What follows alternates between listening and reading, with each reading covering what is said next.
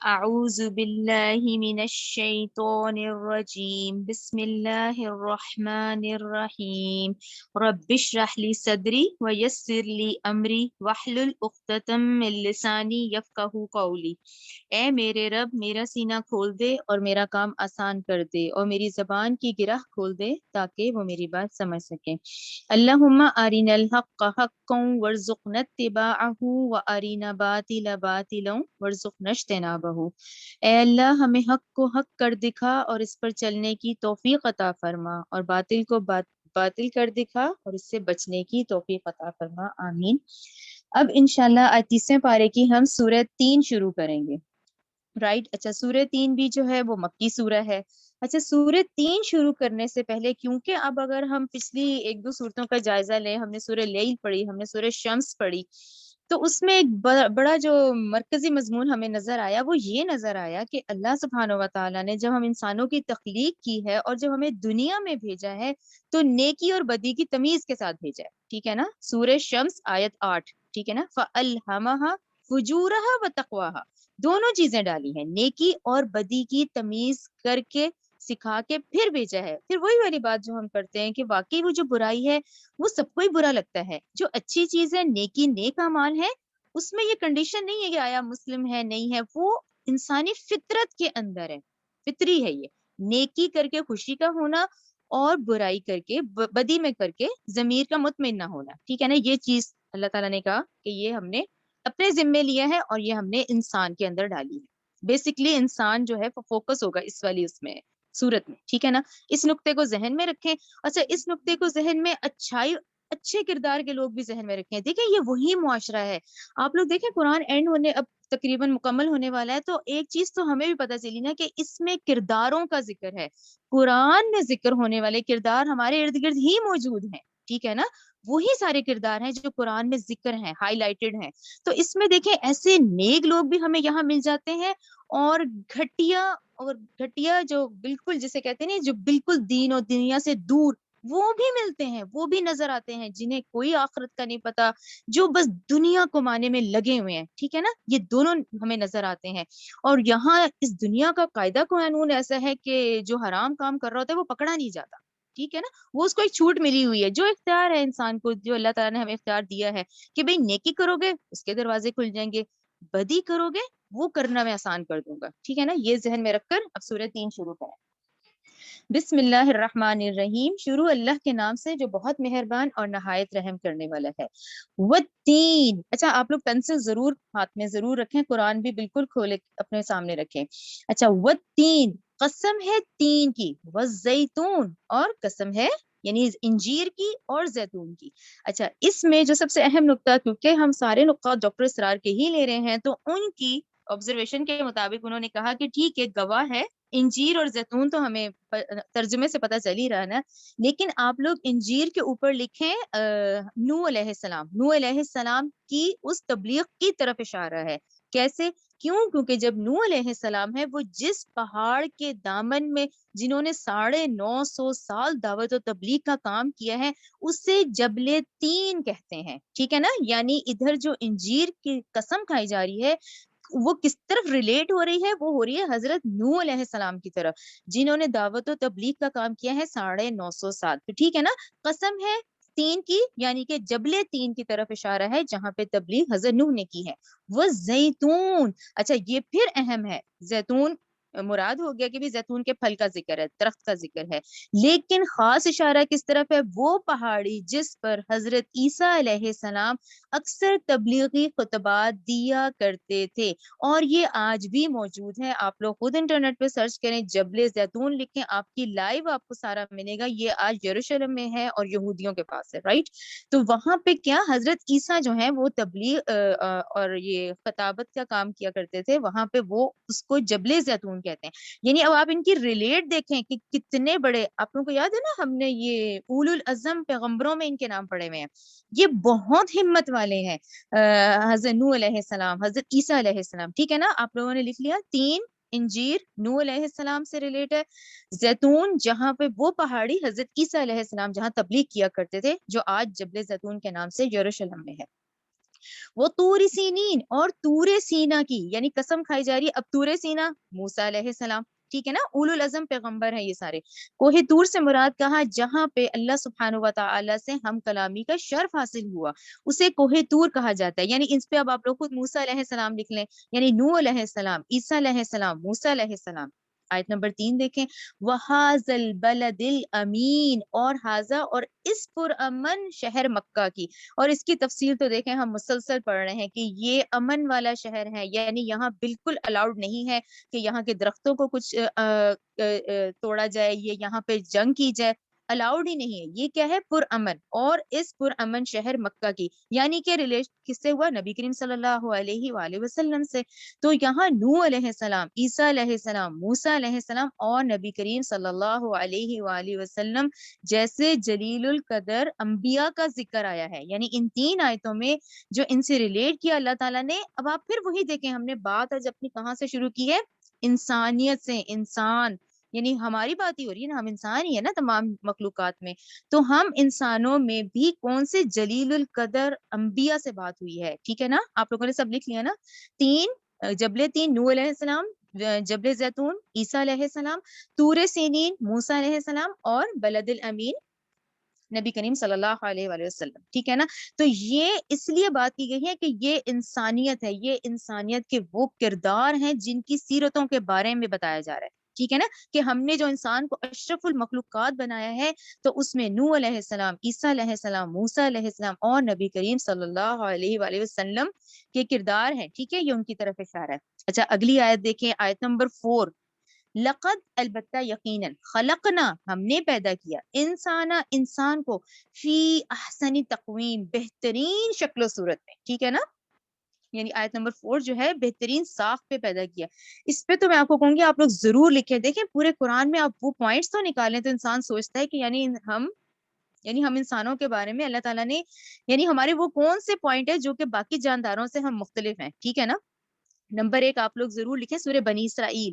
سورہ بنی اسرائیل آیت 70 میں دیکھیں اللہ تعالیٰ نے کہا، میں آپ کو ترجمہ بتاتی ہوں، کہ ہم نے بہت عزت بخشی ہے اولاد آدم کو، ٹھیک ہے، اور ہم اسے اٹھائے پھرتے ہیں خشکی اور سمندر میں. ہم نے انہیں پاکیزہ چیزوں سے رزق عطا کیا اور انہیں فضیلت دی اپنی بہت سی مخلوق پر. یعنی ہمیں سورہ بنی اسرائیل 70 سے پتہ چلا کہ اللہ تعالیٰ نے کہا میری جتنی مخلوق ہے نا، جس میں جو میں نے سب سے زیادہ فضیلت دی ہے نا، وہ اس انسان کو دی ہے، ٹھیک ہے. پھر آپ دیکھیں اللہ تعالیٰ نے ہمیں سورہ صاد، خالی صاد نہیں، سورہ صاد آیت 75، اس میں اللہ تعالیٰ نے کہا کہ ہم نے تو اس کو اپنے دونوں ہاتھوں سے تخلیق کی ہے، ٹھیک ہے نا. اس کے بعد پھر ہم کون ہیں؟ ہم مسجود ملائک ہیں، فرشتوں نے ہمیں سجدہ کیا ہوا انسان کو، ٹھیک ہے. لیکن یہ سجدہ تعظیمی سجدہ ہے، ٹھیک ہے نا. عبادت کا سجدہ سوائے اللہ سبحانہ و تعالیٰ کے کسی کو الاؤڈ نہیں ہے.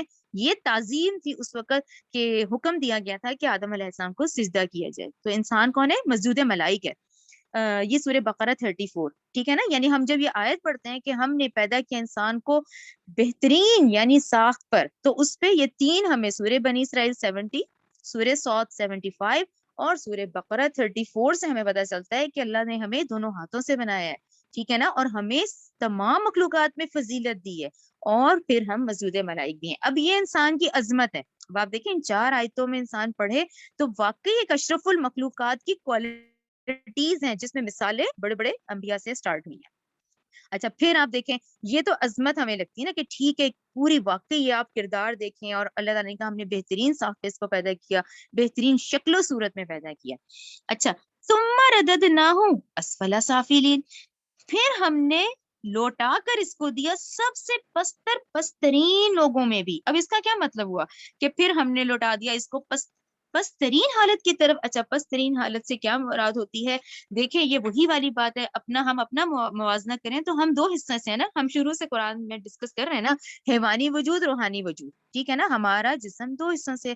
اچھا جو روحانی وجود ہے وہ اوپر سے آیا ہے، اس نے اوپر ہی جانا ہے، جبکہ میرا جو روحانی وجود کون سا ہے؟ جو اوپر سے آیا ہے اور اس نے اوپر ہی جانا ہے، ٹھیک ہے نا. روح کو تو سیکنڈز لگیں گے اوپر جانے میں.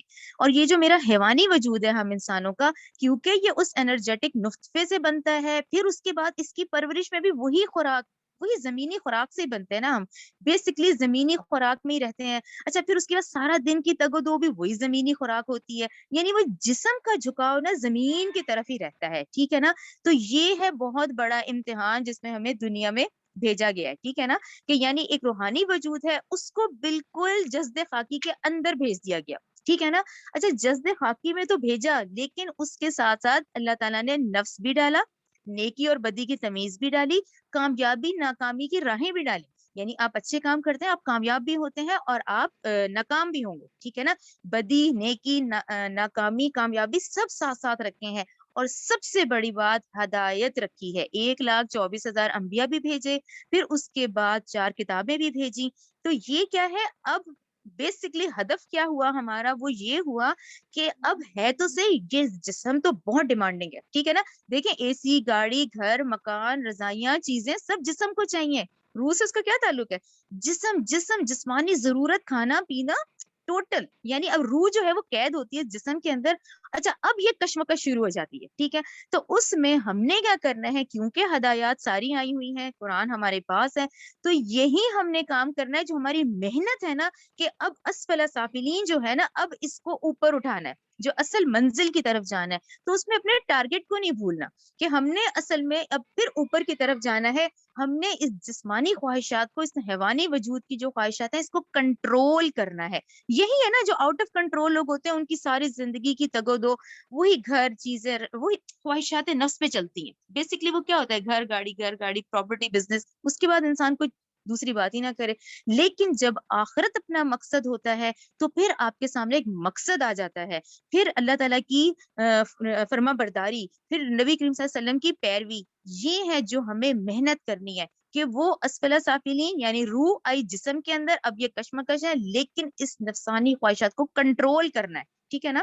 ٹھیک ہے. اچھا یہ اللہ تعالیٰ نے کہا. اچھا پھر اب ان لوگوں کی بات کی جا رہی ہے اگلی آیت میں، الا الذین، مگر وہ لوگ جو آمنو، ایمان لائے، وعملوا الصالحات، پھر انہوں نے نیک عمل کیے، فلہم اجر غیر ممنون، یعنی ان کے لیے تو نہ ختم ہونے والا اجر ہے. تو یہ سمجھے واقعی ہی جسے کہتے ہیں نا حقیقتاً ایک بہت بڑا امتحان ہے کہ آپ اس دنیا میں رہ کے اپنے نفس کو کنٹرول کرنا.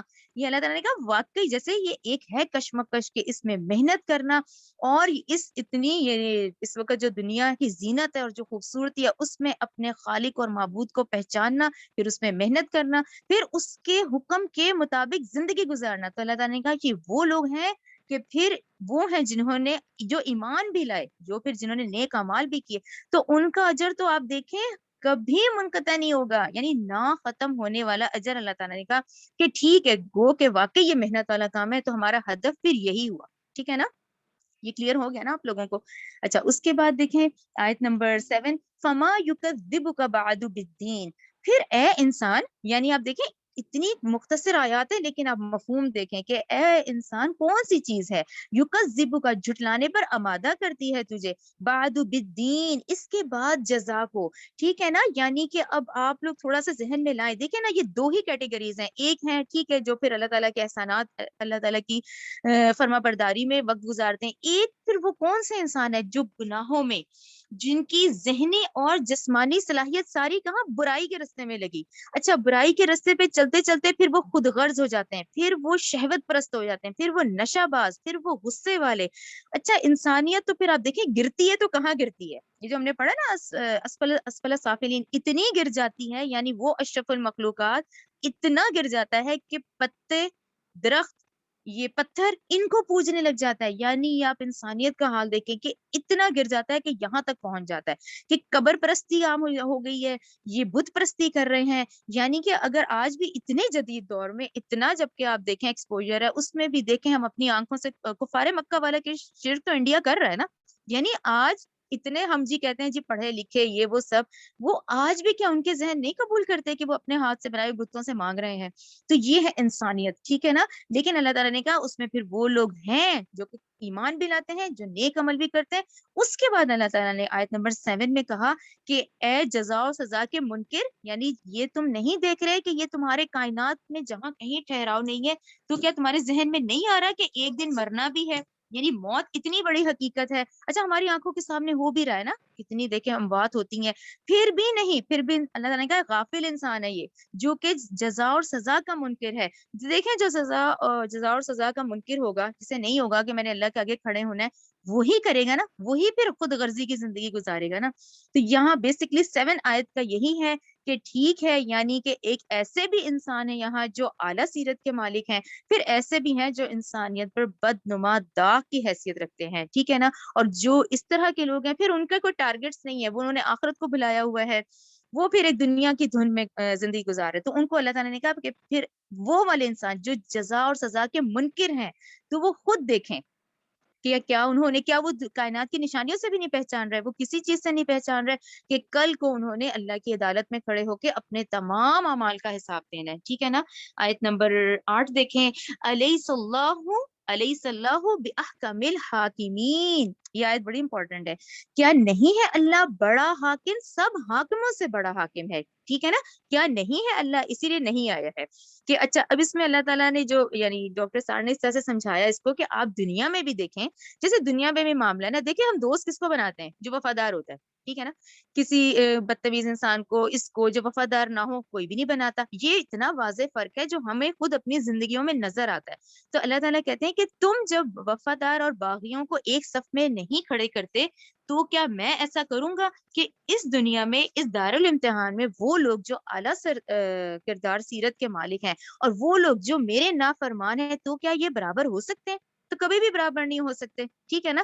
تو یہ جو آیت ہے یہ بہت اہم ہے. یہاں میں آپ کو حدیث کے ریفرنس سے بتاتی ہوں کہ جب نبی کریم صلی اللہ علیہ وسلم کہتے تھے کہ جب تم میں سے کوئی سورہ 3 پڑھے اور جب اس آیت پہ پہنچے, الیس اللہ باحکم الحاکمین, کیا اللہ تمام حاکموں سے بڑا حاکم نہیں ہے, تو آپ لوگ بھی کہیں. نبی کریم صلی اللہ علیہ وسلم اس کا جواب دیتے تھے, بلا وانا علی ذالک من الشاہدین, کیوں نہیں, میں اس پر شہادت دینے والوں میں سے ہوں, ٹھیک ہے نا. یہ ترمذی کی اور ابو داؤد کی حدیث ہے, ٹھیک ہے, کہ اس کا جواب بھی ہے کہ اللہ تمام حاکموں سے بڑا حاکم نہیں ہے, تو بلا وانا علی ذالک من الشاہدین. اور دوسری جگہ آیا ہے کہ بعض دفعہ آپ کہتے تھے فسبحانک فبلا, ٹھیک ہے نا, کہ کیوں نہیں, اللہ تعالیٰ تمام حاکموں سے بڑا حاکم ہے, ٹھیک ہے. یہاں سورت کمپلیٹ ہوتی ہے. چلے ہم سورہ الگ شروع کرتے ہیں. اعوذ باللہ من الشیطان الرجیم. اچھا سورہ الگ کیونکہ اب آپ لوگوں کو ہم سب جانتے ہیں. اب یہ دیکھیں اللہ تعالیٰ کی حکمت ہے کہ یہ وحی کے لحاظ سے تو پہلی 5 آیات ہیں, ٹھیک ہے نا, ہم بچپن سے ہی پڑھتے آ رہے ہیں, لیکن مصحف کی ترتیب میں یہ آج 96 نمبر پر ہے, ٹھیک ہے. یہاں ہم پہلے اچھا ہاں سب سے پہلے تو آپ لوگ ضرور لکھیں سورہ الگ کے سامنے اپنے قرآن میں کہ یہ نبوت کا ظہور تھا. سورہ الگ کی ابتدائی 5 آیات ہیں, جب ہم وہ پڑھیں گے تو یہ کیا ہے, ہاں سوری, یہ ہم وہ دیکھ لیتے ہیں سورہ 3 کی. یس کنٹینیو. یہ تو سورہ الگ کے اینڈ پہ پھر انشاءاللہ لگائیں گے. نیکسٹ کر لیں. ہاں یہ آپ لوگ دیکھیں, یہ دیکھیں کوہ طور ہے جہاں حضرت موسیٰ علیہ السلام اللہ سبحانہ وتعالیٰ سے ہم کلام کرتے تھے, ٹھیک ہے. دیکھیں اوپر سورہ 3 لکھی بھی ہوئی ہے, یعنی دوسری آیت وطور سینین. اچھا یہ جو ہے یہ آپ لوگ غور سے دیکھیں کہ آپ لوگوں کے جو سیدھے ہاتھ کی طرف اوپر دکھ رہا ہے نا, سیدھے ہاتھ کی طرف جو اوپر ہے نا, ادھر تو آپ کو بیت المقدس دکھ رہا ہے نا, یہ والا آپ کے رائٹ ہینڈ میں اوپر جو پہاڑ ہے یہ وطین وزن جبل زیتون کہلایا جاتا ہے. جبل زیتون جو ہے یہ یہودیوں کے لیے بھی بہت اہم مقام ہے. اور یہ جو ہے آج کیونکہ آپ لوگوں کو اندازہ ہے نا کہ یہ بارڈر کے اس طرف جو ہے بیت المقدس کے رائٹ سائڈ پہ, یہ تو یہودیوں کا ایریا ہے, جبکہ اس کے آپ کے لیفٹ سائڈ جو بن رہا ہے جہاں بیت المقدس ہے, یہ حصہ فلسطین کا ہے جو کہ مسلمانوں کے پاس ہے. نیکسٹ تصویر اور کلیئر ہے یہ. اچھا یہ جو ہے یہ آج بہت اہم ہے, یہ آپ لوگ اپنی نالج کے لیے رکھیں کہ یہ جو جبل زیتون ہے یہ مقبرہ جبل زیتون ہے. اچھا اب پھر وہی بات ذہن میں رکھیں کہ ہم لوگ جیسے حضرت عیسیٰ کا انتظار کر رہے ہیں, ہم اور عیسائی, ہم دونوں اس معاملے میں ایک ہیں, مسلمان اور عیسائی کے حضرت عیسیٰ آئیں گے.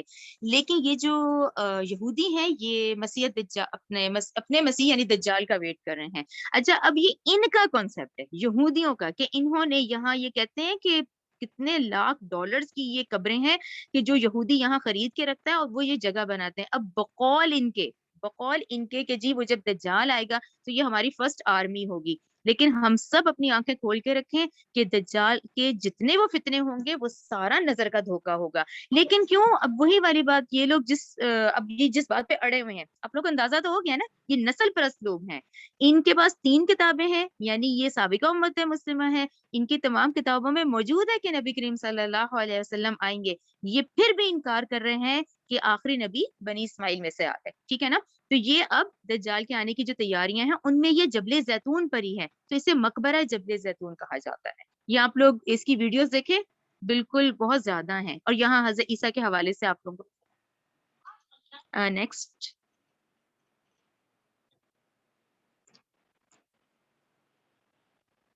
ہاں ٹھیک، اوکے چلیں اب سورہ الگ شروع کر لیتے ہیں، یہ سورہ 3 کی ہی ہے نا، ہاں چلیے سورہ چلیے۔ اچھا، سورہ الگ شروع کرنے سے پہلے میں آپ کو کہہ رہی تھی سورہ الگ کے سامنے آپ لوگ نبوت کا ظہور لکھیں، ٹھیک ہے، نبوت کا ظہور ضرور لکھیں، کیونکہ جب ہم یہ 5 آیات پڑھتے ہیں تو اس میں جو ہمیں بات پتہ چلتی ہے، یہ میں آپ کو بتاتی ہوں کہ جو نبی ہوتا ہے وہ اگرچہ پیدائشی طور پہ نبی ہی ہوتا ہے، لیکن اس کی نبوت کا باقاعدہ ظہور جو ہے وہ پہلی وحی سے ہوتا ہے، رائٹ، ٹھیک ہے۔ اچھا، سورہ الگ کی ابتدائی 5 آیات کے بارے میں ہم دیکھتے ہیں کہ حضرت عائشہ صدیقہ رضی اللہ تعالی عنہا سے مروی ہے، ایک حدیث سے معلوم ہوتا ہے کہ آپ صلی اللہ علیہ وسلم پر وحی کی ابتدا سچے خوابوں سے ہوئی تھی۔ رات کو آپ صلی اللہ علیہ وسلم جو خواب دیکھتے تھے، دن کو اس کی تعبیر ہو بہو وہی سامنے آ جاتی تھی، ٹھیک ہے نا، اور آپ خلوت پسند ہو گئے تھے، ٹھیک ہے نا، آپ زیادہ تر کئی راتیں غار حرا میں قیام فرماتے تھے۔ اچھا، پھر وہاں پھر حضرت عائشہ رضی اللہ تعالی عنہا فرماتی ہیں فَيَتَحَنَّسُ فِيهِ، یعنی وہ غار حرا میں آپ صلی اللہ علیہ وسلم کیا عبادت کرتے تھے، ٹھیک ہے نا، یہ سوال اٹھتا ہے نا کہ وہی اس وقت کیا عبادت کرتے تھے، روزہ، نماز، زکوٰۃ تو شرعی احکامات تو مدینہ میں آتے ہیں، تو آپ کیا عبادت کیا کرتے تھے؟ غار حرا کی خلوت میں آپ کی عبادت کی کیا نوعیت تھی؟ اس پر محدثین کا اجماع ہے کہ آپ زیادہ وقت غور و فکر اور سوچ بچار کیا کرتے تھے، ٹھیک ہے نا، وہی سارا دور جاہلیت ذہن میں رکھیں کہ وہ بےہودہ رسم و رواج جتنے تھے وہ ان کے بارے میں ہی سوچا کرتے تھے اور ان پہ ہی ان کا غور و فکر ہوتا تھا، ٹھیک ہے نا۔ اچھا، اسی ذکر اور مصروفیت میں ہی حضرت جبرائیل علیہ السلام آئے اور آپ صلی اللہ علیہ وسلم سے کہا اقرا، پڑھیے۔ آپ صلی اللہ علیہ وسلم نے فرمایا ما انا بقاری، میں تو پڑھا ہوا نہیں ہوں۔ اس پر حضرت جبرائیل علیہ السلام نے آپ صلی اللہ علیہ وسلم کو سینے سے لگا کر بھینچا اور پھر پڑھنے کو کہا۔ آپ صلی اللہ علیہ وسلم نے پھر فرمایا ما انا بقارئ۔ حضرت جبرائیل علیہ السلام نے پھر وہی عمل دہرایا اور آپ صلی اللہ علیہ وسلم نے پھر وہی جواب دیا، حتیٰ کہ جب حضرت جبرائیل علیہ السلام نے تیسری مرتبہ آپ کو بھیج کے فرمایا کہ اقرا بسم ربک الذی خلق، تو اس پر یہ جو مذکورہ آیات ہیں جو ابتدائی 5 ہیں وہ آپ صلی اللہ علیہ وسلم کی زبان مبارک سے جاری ہو گئیں، ٹھیک ہے۔ اچھا، یہاں اب بہت روایات ہیں جس میں ڈاکٹر سرار کا کہنا ہے کہ میرا اتفاق اس روایت سے ہے جس میں کہ یہ کہا جاتا ہے کہ حضرت جبرائیل علیہ السلام جو ہے آپ صلی اللہ علیہ وسلم کے پاس جب لائے ہیں تو یہ سونے کی ایک تختی تھی، سونے کی تختی کے اوپر یہ والی آیات لکھی ہوئی تھی۔ اب آپ صلی اللہ علیہ وسلم کو کیونکہ دیکھ کے پڑھنا تھا تو انہوں نے کہا یہی ما انا بقارئ، تو اس پہ انہوں نے کہا میرا اتفاق اس روایت سے ہی ہے کہ وہ زبانی پڑھنا ہوتا تو پڑھ لیتے، لیکن جب ان کو کہا گیا اقرا تو وہ باقاعدہ سامنے سونے کی تختی پہ یہ آیات تھی، تو اس لیے انہوں نے پھر یہ بات کہی کہ ما انا بقارئ، تو اس پر پھر یہ بات ان کے ایسا ہے کہ ٹھیک ہے، پھر یہ ایک سونے کی تختی پہ لکھی ہوئی آیات تھی جس کی وجہ سے انہوں نے کہا، ٹھیک ہے۔ چلیں اب سورت شروع کرتے ہیں، بسم اللہ الرحمن الرحیم، اقرا، آپ پڑھیے، بسم ربک الذی خلق، آپ پڑھیے اپنے رب کے نام سے وہ جس نے پیدا کیا، خلق الانسان، اس نے پیدا کیا انسان کو، من علق، جمع خون سے۔ یہ آپ لوگوں کو یاد ہوگا کہ یہاں ہم نے سورہ مومنون میں بہت ڈیٹیل سے علقہ کا پڑھا تھا کہ انسان کو پیدا کیا اس جونک کی طرح کی چیز سے جو رحم مادر میں چمٹی ہوتی ہے، ٹھیک ہے نا، وہ لٹک رہا ہوتا ہے اس سے، علقہ سے، ٹھیک ہے۔ حالانکہ اس کا ترجمہ جمع خون ہے، لیکن آپ کو یاد ہے ڈاکٹر صاحب نے کہا تھا کہ یہ اب تھوڑا سا پہلے کا ترجمہ ہے، آج اب سائنس نے جتنی ترقی کی ہے تو اس میں الٹرا ساؤنڈ سے جو ہمیں نظر آتا ہے اس میں یہ ہے اس جونک کی طرح کی چیز جو کہ رحم مادر سے چمٹ گئی ہوتی ہے۔ آیت نمبر 3، اقرا وربک الاکرم، پڑھیے اور آپ کا رب بڑا کریم ہے۔ الذی وہ ذات جس نے علامہ علم سکھایا بالقلم قلم کے ذریعے. قلم کے استعمال کا ضرور ذہن میں رکھیں کہ انسان جو ہے نہ صرف صاحب علم ہے، اس کو صاحب علم بھی بنایا الذی علم بالقلم، بلکہ اس کو قلم کے استعمال کا طریقہ بتایا. یہ بہت بڑی بات ہے کہ یہ جو قلم ہے یہ وہ ذریعہ ہے کہ ہم جو دیکھیں پورے آباء و اجداد کی وہ دیکھیں کتابیں یہ لکھی ہیں چیزیں ہی ہیں نا جو آگے آگے پہنچ رہی ہیں. تو یہ تعلیم کے لحاظ سے انسانی تعلیم کا بہت بڑا ذریعہ کیا ہے؟ قلم ہے. ٹھیک ہے. الذی علم یعنی نہ صرف علم سکھایا بلکہ قلم کو استعمال کرنے کا سیکھنے کا فن بھی سکھایا کہ اس کو استعمال کیسے کرنا ہے قلم کو. الذی علم بالقلم علم الانسان ما لم یعلم، اور اس نے سکھایا انسان کو جو کچھ وہ نہیں جانتا تھا. اچھا یہاں آپ لوگ نا اپنے قرآن میں نشان لگاتے رہیں. یہ میں نے جو پہلی ابتدائی 5 آیات ہیں یہ تو یہاں ہو گیا نا کہ ٹھیک ہے یہ یہاں پر ابتدائی 5 آیات ہیں جو کہ وحی کا یہ نبوت کا ظہور ہے. یہ نبوت ہے. دیکھیں کوئی بات نہیں کہی جا رہی بلکہ کیا ہے یہ نبوت کا آغاز ہو گیا. ٹھیک ہے نا. اچھا اب جو 6 7 8 ہے وہ ہے آخرت کا فلسفہ. 6 7 8 اب 6 دیکھیں. کلا ہرگز سوری کلا یقیناً ان الانسان بلا شبہ انسان لیطغی البتہ سرکشی کرتا ہے. ٹھیک ہے نا. آیت نمبر 7 دیکھیں. اور رآہ استغنی اس لیے کہ وہ دیکھتا ہے اپنے آپ کو بہت ہی بے پرواہ. نمبر 8 دیکھیں. ان الی ربک الرجعی بلا شبہ آپ کے رب ہی کی طرف واپسی ہے. اب اس کو ایک ایک کر کے دیکھتے جائیں کہ یعنی انسان کیا ہے؟ سرکشی پہ آمادہ ہو جاتا ہے، ظلم کرتا ہے، زیادتی کرتا ہے. ٹھیک ہے نا. اچھا کیوں ظلم زیادتی کرتا ہے؟ اس بنا پر کرتا ہے کہ آیت نمبر 7 ہے کہ الراؤستغنا کیونکہ وہ اپنے آپ کو بے پرواہ، ہم نے ابھی پڑھا ہے نا کہ بے پرواہ والی جو زندگی گزارتا ہے، اپنی غرض، اپنے کام، اپنی چیزیں، ہر وقت اپنی فکر، یہ وہ والے لوگ ہیں. ٹھیک ہے نا. اچھا یہ وہی فزیکل لا اس دنیا کے دیکھیں، اس دنیا کے قاعدے قانون میں دیکھیں نا جو حرام کا کھاتا ہے وہ کون سا پکڑا جاتا ہے؟ یا جی کوئی نماز نہیں پڑھتا تو کیا اس کے ساتھ کچھ ہو جاتا ہے؟ اب یہ اس دنیا کا قانون ہے. لیکن یہاں رہتے ہوئے وہ لوگ بھی رہتے ہیں جنہیں نماز کی اہمیت کا ہے، جو اس غفلت کے دور میں بھی جنہوں نے آنکھیں کھولی ہوئی ہیں، ہے نا. یہ دونوں لوگ دکھتے ہیں معاشرے میں. ٹھیک ہے نا. تو یہ کون ہے؟ بے پرواہ. ٹھیک ہے. آیت نمبر 6 7 یعنی سرکشی کرتا ہے، بے پرواہی میں رہتا ہے. ٹھیک ہے نا. کوئی اس کو فکر نہیں ہے، کوئی آخرت کا یقین نہیں ہے، کوئی اس کو نہیں فکر کہ میں نے اپنے تمام اعمال کا حساب دینا ہے. ان الی ربک الرجعی بلا شبہ آپ کے رب ہی کی طرف اس کی واپسی ہے. ٹھیک ہے نا. یہ پھر کیا ہے کہ یقیناً تجھے اپنے رب کی طرف لوٹ کر جانا ہے. تو یہ جو ہم کہیں گے جو 8 آیت ہے وہ اس غفلت سے نکلنے کی ہے کہ وہ تو اس طرح کی آیات ہے نا. اب یہ کیا ہے؟ اب کیسے ہم جب سوچتے ہیں کہ جی اللہ کی طرف لوٹ کر جانا ہے تو یہ ہے آخرت کا پختہ یقین. یہ اگر انسان کو اچھی طریقے سے ہو جائے نا کہ میں نے اللہ کی عدالت میں پیش ہو کے ایک ایک عمل کا حساب دینا ہے، ذرے ذرے کا حساب دینا ہے، یعنی کچھ نہیں اس دن ہمارا یعنی ایک ایک اعمال کا ہم نے حساب دینا ہے. تو بس یہ ہے اصل آخرت کا پختہ یقین ہوگا تو یہ اعمال نہیں ہوں گے. ٹھیک ہے نا. تو اس طرح 6 7 8 6 7 میں بے پرواہی کی بات ہے، 8ویں میں اس کا علاج بھی بتا دیا گیا. 8ویں پھر اس کا علاج ہے کہ آخرت پہ پختہ یقین رکھو. ٹھیک ہے نا. اپنی آنکھیں کھول کے رکھو، شعور کے ساتھ رہو، نیکی بدی کی جو تمہیں تمیز دی ہے اس کو استعمال کرو. ٹھیک ہے نا. آگے دیکھیں آیت نمبر 9 10. اچھا ٹھیک ہے. اب 9 10 کی طرف اب پھر آپ ذہن میں لائے. آپ لوگوں کو یاد ہوگا ہم نے ولید بن مغیرہ کا بہت دفعہ پڑھا ہے. اب جو آیات آ رہی ہیں اس میں ابو جہل کی طرف اشارہ ہے اور عقبہ بن ابو معیط کی طرف اشارہ ہے. یہ میں پورا واقعہ ہے یہ آپ لوگ لکھ لیں. آیت نمبر 9 10 کے آگے لکھ لیں. بخاری کی حدیث ہے 3854 3854. یہ میں آپ کو اس کا واقعہ بتاتی ہوں. عقبہ بن ابو معیط تو اس کی طرف اشارہ ہے. اس کے بعد میں یہ 9 سے آیت پڑھتی ہوں. پہلے آپ لوگ حدیث سنیں. حدیث بخاری کی 3854. نبی کریم صلی اللہ علیہ وسلم سجدے کی حالت میں تھے. قریش کے کچھ لوگ وہیں ارد گرد موجود تھے. اتنے میں عقبہ بن ابی معیط اونٹ کی اوجڑی بچہ دان لایا اور نبی کریم صلی اللہ علیہ وسلم کی پیٹھ مبارک پر اس نے ڈال دیا. اس کی وجہ سے آپ صلی اللہ علیہ وسلم نے اپنا سر نہیں اٹھایا. پھر فاطمہ رضی اللہ تعالی عنہا آئی اور گندگی کو پیٹھ مبارک سے ہٹایا اور جس نے ایسا کیا تھا اسے بد دعا دی. نبی کریم صلی اللہ علیہ وسلم نے بھی ان کے حق میں بد دعا کی کہ اے اللہ قریش کی اس جماعت کو پکڑ لے. ابو جہل بن حشام، عتبہ بن ربیعہ شیبہ بن ربیعہ اور امیہ بن خلف. امیہ بن خلف آپ کو یاد ہے نا سیدنا بلال کا جو مالک ہے. امیہ بن خلف یا امیہ، ایک اور بھی امیہ ہے، ٹھیک ہے نا، امیہ بن خلف، ان کے بارے میں بد دعا فرمائی گئی۔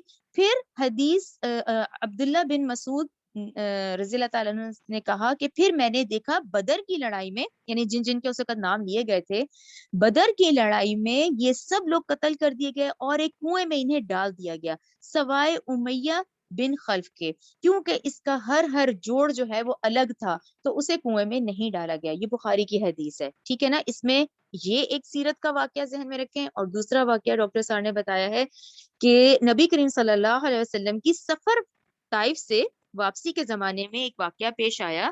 ابو جہل نے لات اور عزا کی قسم کھا کر کہا معاذ اللہ کہ اگر محمد صلی اللہ علیہ وسلم کو اس طرح نماز پڑھتے دیکھا تو ان کی گردن رون ڈالوں گا معاذ اللہ، اور ان کا منہ خاک آلود کر دوں گا۔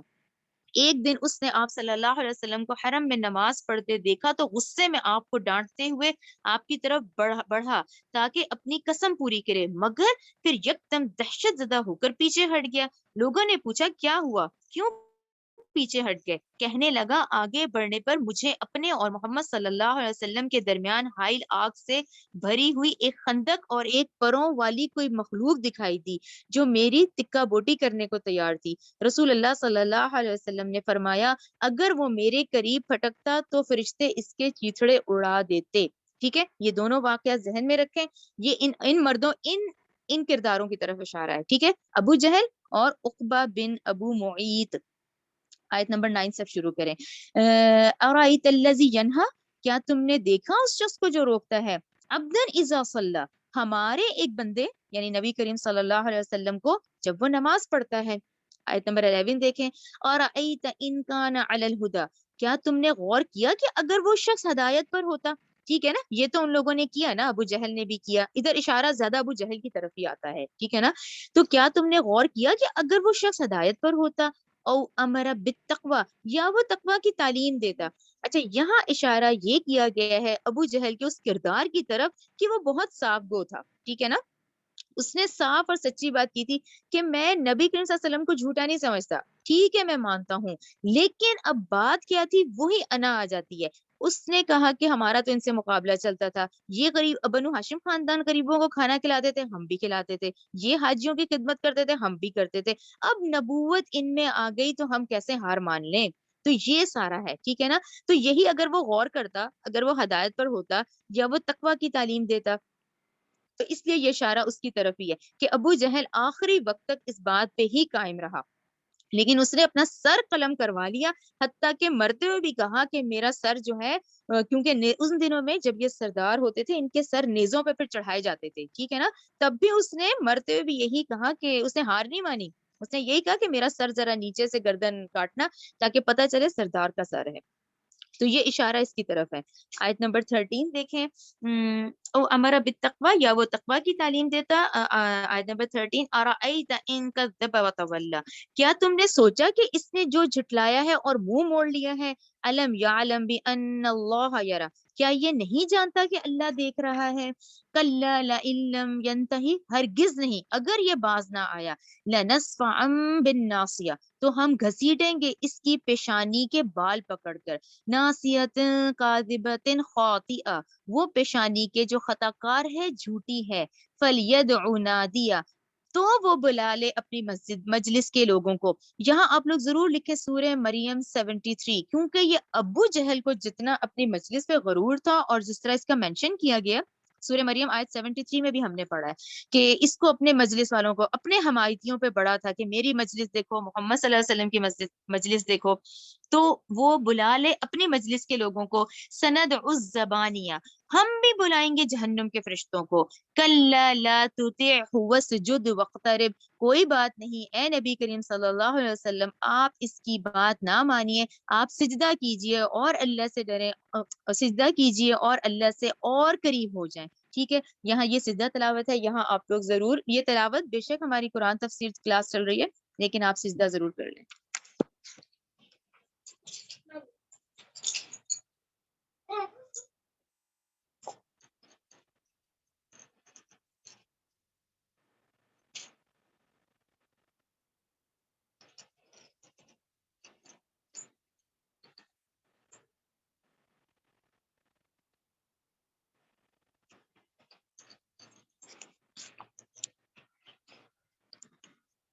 یہ ہبا آپ کو لگا دیں حدیث. جی یہ دیکھیں یہ کتنا، یہ مجھے بہت خوبصورت حدیث لگتی ہے کہ شیطان اس سے اگر روتے ہوئے بھاگ نکلتا ہے، کیونکہ یہ ہم سنت، اس وقت ہم یہ سنت کی پیروی کر رہے ہیں، ٹھیک ہے نا، واجب نہیں ہے لیکن سنت ہے کہ رسول اللہ صلی اللہ علیہ وسلم نے ارشاد فرمایا جب آدمی سجدے کی آیت تلاوت کرتا ہے اور پھر سجدہ کرتا ہے تو شیطان روتا ہوا ایک طرف نکل جاتا ہے اور کہتا ہے ہائے میری ہلاکت، انسان کو سجدے کا حکم ہوا اور اس نے سجدہ کر لیا، اب اسے جنت ملے گی اور مجھے سجدے کا حکم ہوا لیکن میں نے انکار کیا اور میرے لیے جہنم ہے. چلے یہاں پر یہ سورت کمپلیٹ ہوتی ہے. چلے اگلی سورت، سورہ آپ قدر شروع کریں. بسم اللہ الرحمن الرحیم، شروع اللہ کے نام سے جو بہت مہربان اور نہایت رحم کرنے والا ہے. انا انزلناہ فی لیلۃ القدر، بلا شبہ ہم نے نازل کیا اس قرآن کو فی لیلۃ القدر، لیلۃ القدر میں. یہاں جو سب سے اہم نقطہ ہے اسپیشلی کہ ہم انڈو پاک کے لوگ اسپیشلی، جس میں کہ ہم لوگ شبرات اور یہ جو لیلۃ القدر ہے اس کی جو مکسنگ کرتے ہیں، کہ ہم لوگ یہ کہتے ہیں جو پرانا آباؤ اجداد کانسیپٹ چل رہا ہے کہ جی وہ 15 شعبان کو فیصلے ہوتے ہیں، جی وہ فیصلوں والی رات ہوتی ہے، اس کو ذہنوں سے نکال دیں. یہ آپ لوگ اس کے ساتھ لکھیں، اس آیت کے ساتھ سورہ دخان، سورہ دخان آیت 3، سورہ دخان آیت 3 میں لیلۃ المبارکہ اور 30ویں پارے کی سورہ قدر میں لیلۃ القدر دونوں ایک ہیں. لیلۃ المبارکہ، لیلۃ القدر دونوں طاقت آتے ہیں، دونوں سیم، ٹھیک ہے نا. سورہ قدر کی آیت نمبر 1 اور سورہ دخان کی آیت نمبر 3 دونوں، اور فیصلوں والی رات یہ راتیں ہیں. یہ ہے مین وہ دن، کیونکہ ہے یہ بھی ہم پڑھتے جاتے ہیں تو آپ لوگوں کو کلیئر ہو جائے گا.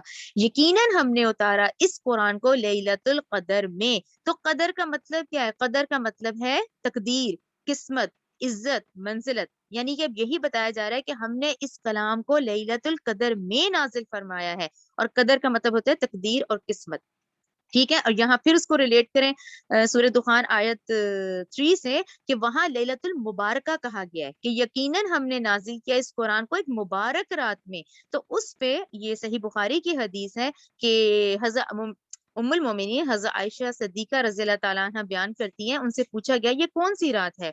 تو حضرت عائشہ بیان کرتی ہیں کہ رسول اللہ صلی اللہ علیہ وسلم نے فرمایا لیلۃ القدر کو رمضان کے آخری عشرے کی طاق راتوں میں تلاش کرو، ٹھیک ہے. اور یہاں ایک دوسرا اس کا یہ مطلب ہوا کہ ایک تو یہ کہ پورا یہ جو قرآن مجید ہے یہ اللہ تعالیٰ کے حکم کے مطابق 23 ایئرز میں 23 سالوں میں حضرت جبرائیل جو ہے اس کی آیات اور صورتیں نبی کریم صلی اللہ علیہ وسلم پر نازل کرتے رہے. دوسرا مطلب ہے کہ قرآن کے نزول کی ابتدا جو ہے وہ اس رات سے ہوئی، ٹھیک ہے نا، کلیئر. انا انزلناہ فی لیلۃ القدر. آیت نمبر 2 دیکھیں، وما ادراک ما لیلۃ القدر، اور تم کیا جانتے ہو لیلۃ القدر کیا ہے؟ لیلۃ القدر خیر من الف شہر، لیلۃ القدر 1000 مہینوں سے بہتر ہے، ٹھیک ہے. یہ اس کی فضیلت کی طرف اشارہ ہے، ٹھیک ہے، جس میں مفسرین کی رائے ہے کہ اس رات کے کیے ہوئے جو عمل ہیں وہ ہزاروں مہینوں کے عمل سے بہتر ہیں. یہاں ہم یہ حدیث دیکھ لیتے ہیں صحیح بخاری کی. حضرت ابو ہریرہ رضی اللہ تعالیٰ عنہ سے مروی ہے کہ رسول اللہ صلی اللہ علیہ وسلم نے ارشاد فرمایا کہ جو شخص لیلۃ القدر میں ایمان کے ساتھ اور اللہ سے اجر کی امید میں کھڑا رہا اس کے پچھلے تمام گناہ معاف کر دیے گئے. تو یہاں بیسکلی کیا ہے کہ یعنی ڈاکٹر صاحب نے اس کو اس طرح سے کہا ہے کہ اب تک کی نسل انسانی میں اتنی ایسی رات میں بھی اتنا بڑا خیر اور بھلائی کا جو کام ہے، یعنی یہ قرآن کا نزول، یعنی اس میں دیکھیں ہماری پوری زندگی کے تمام معاملات اور تمام مسائل کے حل ہیں، ٹھیک ہے نا. تو یہ اتنی انسانی تاریخ میں ایسا کبھی نہیں ہوا کہ اتنی خیر و برکت، اتنی خیر، اتنی بھلائی، اتنا بڑا کام جو کہ اس رات میں ہوا، یعنی نزول قرآن کا، ٹھیک ہے. اس لیے اس کو کہا گیا کہ ہزاروں مہینوں سے بہتر ہے اس میں کی ہوئی عبادت. اچھا پھر آیت نمبر 4 دیکھیں، تنزل الملائکۃ والروح فیہا باذن ربہم من کل امر، اس رات میں اترتے ہیں فرشتے اور روح اپنے رب کے حکم سے ہر کام کے لیے. ہر کام کے لیے کو سرکل کریں کہ دیکھیں روح سے مراد کہاں ہے، یہاں آپ لوگ لکھیں حضرت جبرائیل علیہ السلام کی طرف اشارہ ہے. اور حضرت جبرائیل علیہ السلام جو ہے کون ہے؟ فرشتوں کے سردار ہیں. اللہ کے ہاں ان کا ایک خصوصی مقام ہے. آپ لوگ یاد کریں، سورہ تکویر لکھیں، سورہ تکویر کی آیت نمبر 20-21. جہاں ہم نے پڑھا ہے کہ حضرت جبرائیل بہت قوت والے ہیں اور صاحب عرش کے قریب ان کا ٹھکانہ ہے، یعنی اللہ کا جو عرش ہے اس کے قریب ان کا ٹھکانہ ہے، یہ فرشتوں کے سردار ہیں۔ تو خاص ذکر ہے اس رات میں اترتے ہیں فرشتے، یعنی ایک فرشتوں کی بات، اور روح یعنی حضرت جبرائیل علیہ السلام، ان کا ایک مقام ہے اپنے رب کے حکم سے ہر کام کے لیے، ٹھیک ہے نا۔ اب وہ لیلۃ المبارکہ سورہ دخان، لیلۃ القدر یہ طاق راتوں والی، اس میں پھر ڈاکٹر صاحب نے کہا ہے کہ اس کی خصوصیت ہی یہی ہے کہ یہاں پر پورے سالانہ بجٹ جو ہوتے ہیں وہ تیار ہوتے ہیں، اور اللہ تعالیٰ کی طرف سے یہ پوری جو یونیورسل گورنمنٹ اس وقت چل رہی ہے، یہ پوری سلطنت کائنات جو اس وقت چل رہی ہے، اس کا سالانہ بجٹ جو ہے وہ جاری کر دیا جاتا ہے، ٹھیک ہے نا۔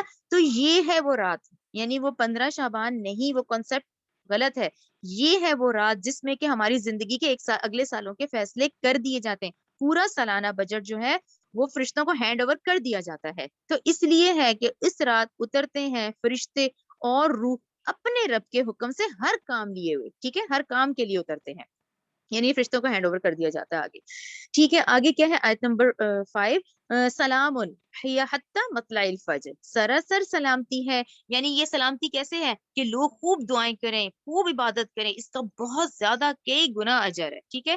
اور ہی حتی مطلع الفجر، اور یہ رات رہتی ہے طلوع فجر تک، ٹھیک ہے، یعنی اس کو وہی جو ہم نے طاق راتوں میں جو ہم محنت کرتے ہیں یہ اس لحاظ سے لیلۃ القدر کے لحاظ سے، اور لیلۃ القدر اور مبارکہ اب آپ لوگ کلیئر ہو گیا، سورہ دخان آیت 3 اور سورہ قدر کی آیت 1 ایک ہے، لوگ اسے الگ کر دیتے ہیں، یہ ایک ہی ہے، ٹھیک ہے۔ چلیں یہاں یہ سورت کمپلیٹ ہوتی ہے، چلیں سورہ بینہ شروع کرتے ہیں۔ بسم اللہ الرحمن الرحیم، شروع اللہ کے نام سے جو بہت مہربان اور نہایت رحم کرنے والا ہے۔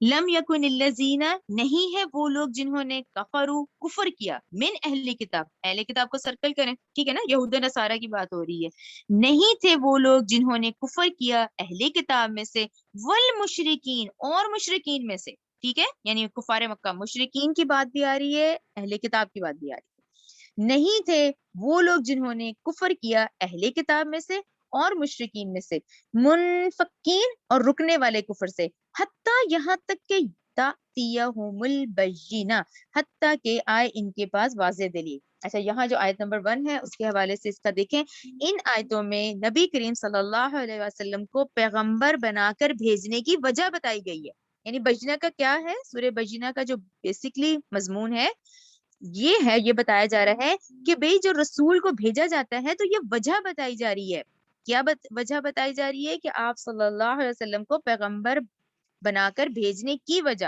کہ وہ یہ کہ جاہلیت کے زمانے میں جو کافر لوگ تھے، چاہے وہ اہل کتاب میں سے ہوں، ٹھیک ہے نا، اس اہل کتاب بھی موجود تھے اور یہ لوگ بھی تھے، اہل جاہلیت میں چاہے وہ اہل کتاب میں سے ہوں یا بت پرستوں میں سے ہوں، دونوں کی بات ہے، وہ اس وقت تک محمد صلی اللہ علیہ وسلم کی شکل میں ایک روشن دلیل ان کے سامنے جب تک نہ آ جاتی، چنانچہ جن لوگوں نے آپ صلی اللہ علیہ وسلم کی باتوں پر کھلے دل سے غور کیا وہ واقعی اپنے کفر سے توبہ کر کے ایمان لے آئے، جبکہ جن کی طبیعت میں ضد تھی وہ اس نعمت سے محروم رہے، ٹھیک ہے نا، یعنی دور جاہلیت میں بت پرست یا یہ اہل کتاب، تو یہ بہت ضروری تھا کہ یہ قرآن اس وقت نازل ہوتا، اور آپ صلی اللہ علیہ وسلم کو رسول بھیجنا کیوں ضروری تھا، اس لیے کہ اہل کتاب اور یہ بت پرست ہیں، ان کو یہ روشن نشانی دکھانی تھی، ٹھیک ہے نا، اور بینہ ہوتا ہے واضح، بینہ، یہ ابھی آگے آ جائے گا۔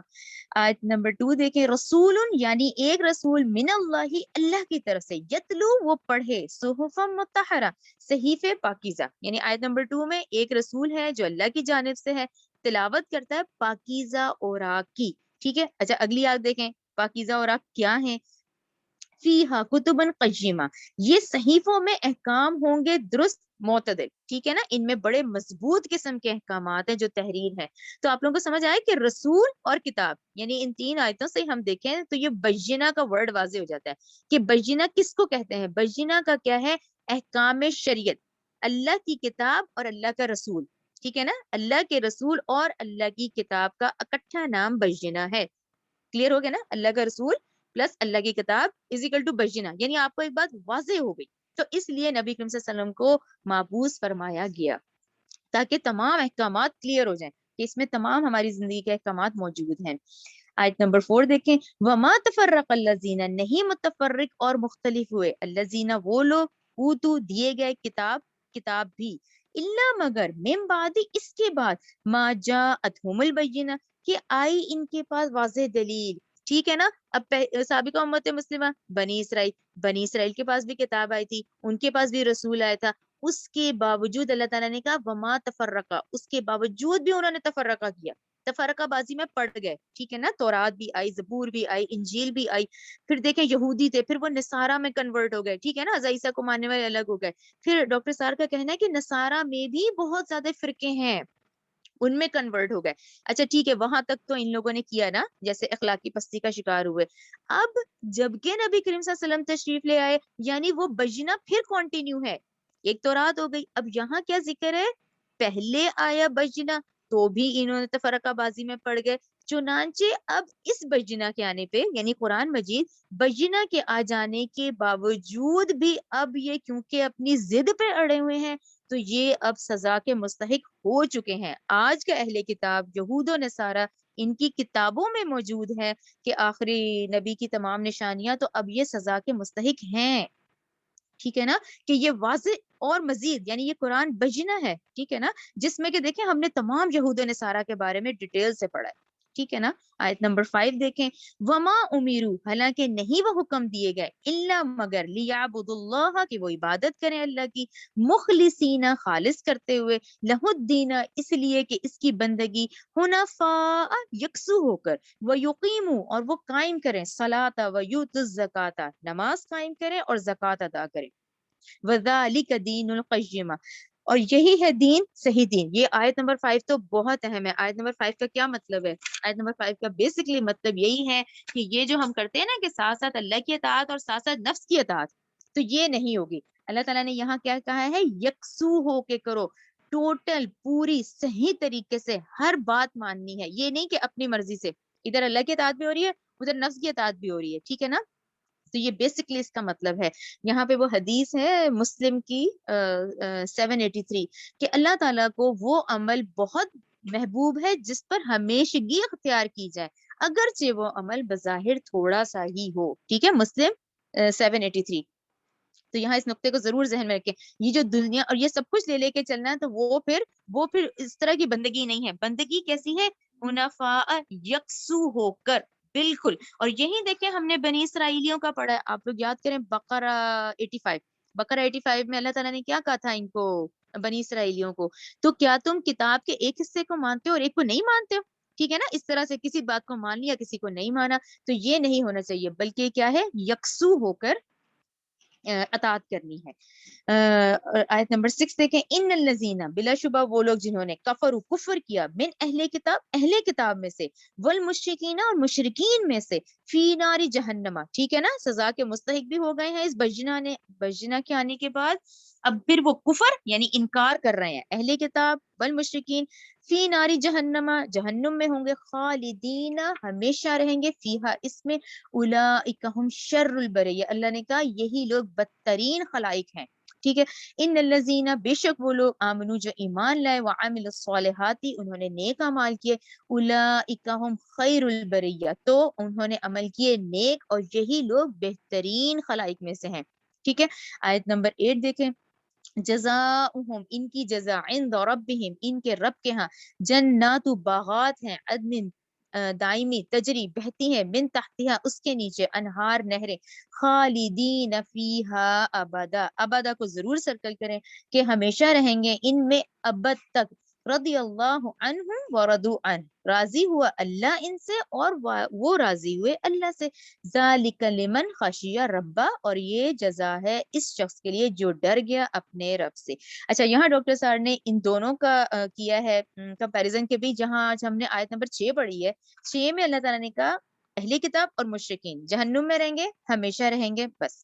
لیکن جہاں جنتیوں کا ذکر آیا ہے وہاں ہے خالدین فیہا ابدا، یعنی وہ ابد تک رہیں گے. تو یہاں آپ لوگ نوٹ کریں، انہوں نے کہا ہے یہ قرآن میں 2 مقامات ہیں، سورہ تغابن 9-10، رائٹ، سورہ تغابن 9-10 لکھیں، اور سورہ بجنہ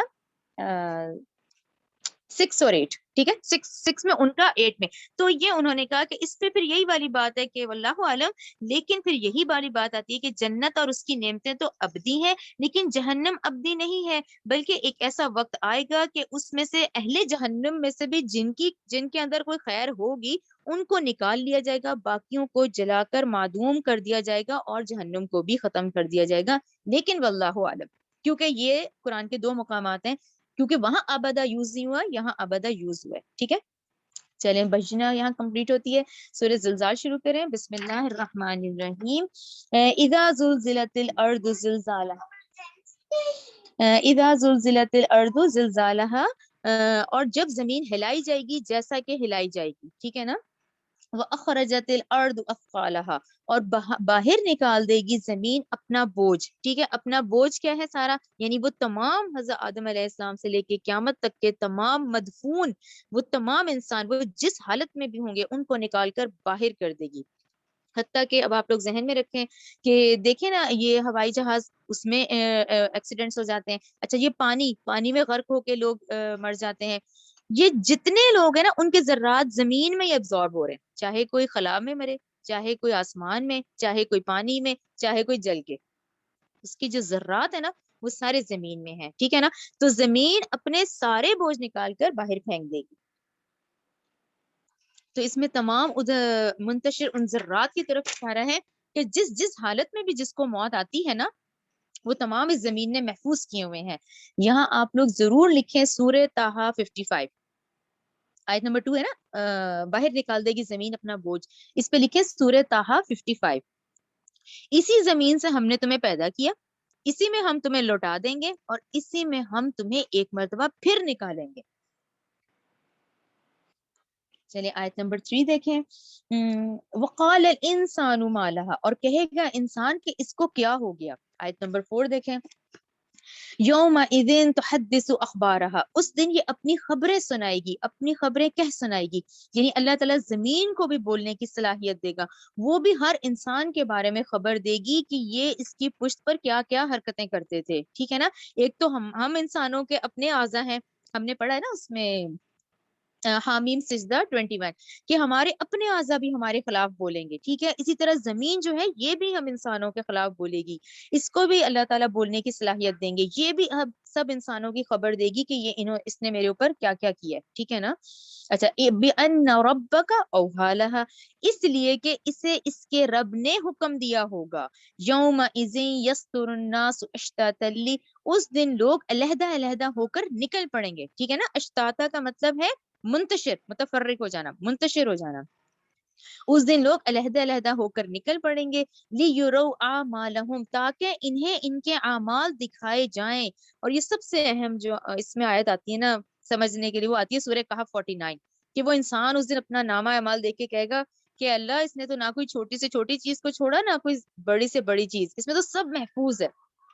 اور وہ ہمیں پیش کیا جائے گا، یعنی ہم خود دیکھیں گے کہ ہم نے ساری زندگی میں کیا کیا. یعنی ایک لحاظ سے ڈاکٹر صاحب نے اس طرح سمجھایا کہ ایک اسکرین ہے جو چلا دی جائے گی اور آپ اپنی زندگی کو خود دیکھیں گے، ہر فرد انڈیویجول طور پر کہ وہ اس نے کیا کیا ہے. یہاں پہ وہ اس کو دکھایا جائے گا، شروع سے لے کے آخر تک وہ اس کو دکھایا جائے گا تاکہ انہیں ان کے اعمال دکھائے جائیں. آیت نمبر 7 دیکھیں. فَمَن يَعْمَلْ مِثْقَالَ ذَرَّةٍ خَيْرًا يَرَهُ، تو جس کسی نے ذرہ کے ہم وزن بھی کوئی نیکی کی ہوگی تو وہ اس کو دیکھ لے گا. وَمَن يَعْمَلْ مِثْقَالَ ذَرَّةٍ شَرًّا يَرَهُ، اور جس کسی نے ذرہ کے ہم وزن کوئی بدی کی ہوگی وہ اسے بھی دیکھ لے گا.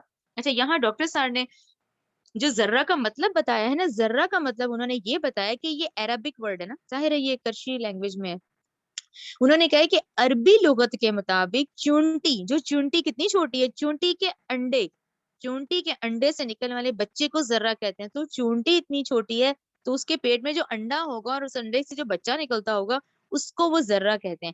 تو اسی لیے یہ ذرہ ہے. یعنی اب یہ وہی والے ورڈز یوز ہوئے نا کہ جس کسی نے ذرہ کے ہم وزن بھی کوئی نیکی کی ہوگی وہ بھی آ جائے گی، اور جس نے برائی کی ہوگی وہ بھی آ جائے گی. چلیں آگے سورہ عادیات شروع کرتے ہیں. بسم اللہ الرحمن الرحیم. ہاں جی یہ عادیات کا آپ لوگوں کو پتا ہوگا، میں نے پہلے بھی ذکر کیا ہے، جیسے سورہ صافات، سورہ زاریات، سورہ مرسلات، سورہ نازیات، سورہ عادیات. یہ 5 صورتیں جو پے در پے قسموں سے شروع ہوتی ہیں اور انداز ان کا ایک جیسا ہے. ٹھیک ہے. چلیں سورہ عادیات شروع کرتے ہیں. بسم اللہ الرحمن الرحیم. والعادیات دبحا، قسم ہے ان گھوڑوں کی جو دوڑتے ہیں ہانپتے ہوئے. فالموریات قدحا، پھر وہ سم مار کر کیسے چنگاریاں نکالتے ہیں، یعنی تیزی سے، یعنی کسی پتھر پہ جب ٹکراتی ہے تو چنگاری نکلتی ہے نا. فالموریات قدحا. آیت نمبر 3 دیکھیں.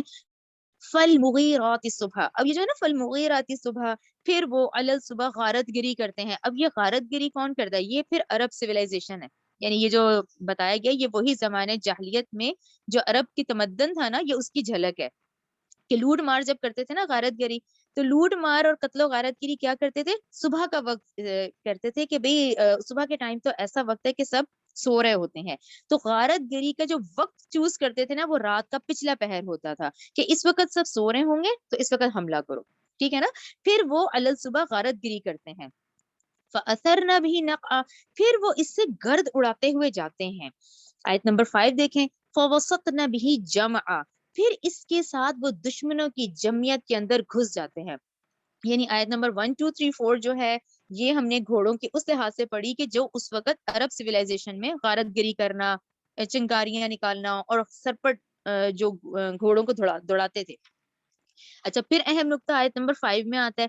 کیا کرتے تھے؟ گھوڑا جو تھا وہ بہت بڑے ہتھیار تھا اس وقت جنگ کے لیے، تو جنگوں میں استعمال کیا جاتا تھا. یعنی گھوڑے کی کیسے آ رہی ہے کہ غارت گری کے لیے، دوڑانے کے لیے. پھر اللہ تعالیٰ نے کہا کہ جنگوں کے لیے بھی، کہ پرانے زمانے کی جو جنگیں ہوتی تھیں اس میں گھوڑا بہت بڑا کارآمد ہتھیار ہوتا تھا اور وفادار جانور بھی ہے، ٹھیک ہے نا. تو اس میں یہ اس کے اوصاف بیان کیے. یہاں تک تو آپ لوگوں کو بھی کلیئر ہو گیا نا، 1 2 3 4 5 گھوڑوں کے اوصاف کا ذکر آ گیا، ٹھیک ہے. آیت نمبر 6 دیکھیں. ان الانسان لربہ لکنود، یعنی پھر اس کے بعد انسان کی بات ہو گئی، یعنی 5 آیتوں کے بعد انسان کے کردار پہ بات ہو رہی ہے. ان الانسان لربہ لکنود، یقیناً انسان اپنے رب کا بہت ہی ناشکرا ہے. یعنی یہ بات کیوں اس طرح سے کی گئی کہ اس جانور کے بعد یہاں پر ڈاکٹر صاحب نے اتنا اچھا یہ سمجھایا ہے نا، انہوں نے یہ کہا ہے کہ ایک گھوڑے کی مثال دی ہے. اچھا تو گھوڑا کیا ہے؟ وفادار جانور ہے، اپنی جان قربان کر دیتا ہے. اچھا اس کا مالک اس کو دیتا کیا ہے؟ ایک پانی اور ایک دانا، ٹھیک ہے نا. کیا کھاتا ہے گھوڑا؟ دانے کھا لے گا، پانی. اس صرف دانے اور پانی پہ وہ اتنی زیادہ اپنے مالک کی وہ اشارے پہ جان بھی دے دیتا ہے اور اس کی خدمت بھی کرتا ہے، جبکہ وہ اس کا خالق نہیں ہے. وہ انسان اس کا خالق تو ایک مالک ہی ہوتا ہے نا. ایک پانی اور ایک دانا دیتا ہے جس پہ وہ اتنا اس کا خیال کرتا ہے.